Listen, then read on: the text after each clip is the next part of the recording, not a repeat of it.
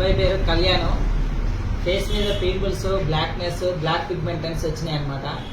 ఒక 3 నెలల క్రితం మనోడికి నైట్ క్రీమ్ ఒకటి ఇచ్చాను. ఈ నైట్ క్రీమ్ ఒకటి వాడడం వల్లనే మనోడికి చాలా వరకు గ్లో వచ్చింది.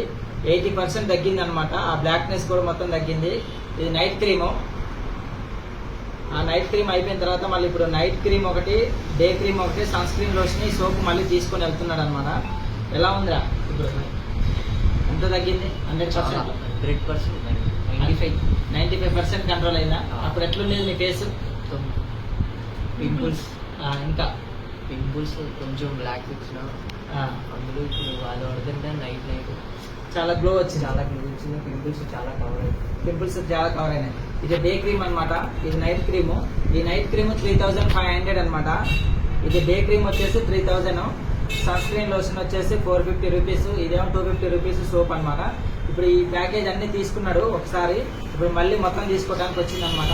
95% రిజల్ట్ వచ్చింది. ఎవరికైనా ఇలాంటి ఫేస్ కి సంబంధించిన ఇన్ఫెక్షన్స్ ఉన్నా, ట్యాన్స్ ఉన్నా, ఎవరైనా నల్ల మచ్చలు ఏమైనా ఉన్నా కూడా ఈ ఎండాకాలం వచ్చినప్పుడు బాగా ఫేస్ బ్లాక్ అయిపోతుంది.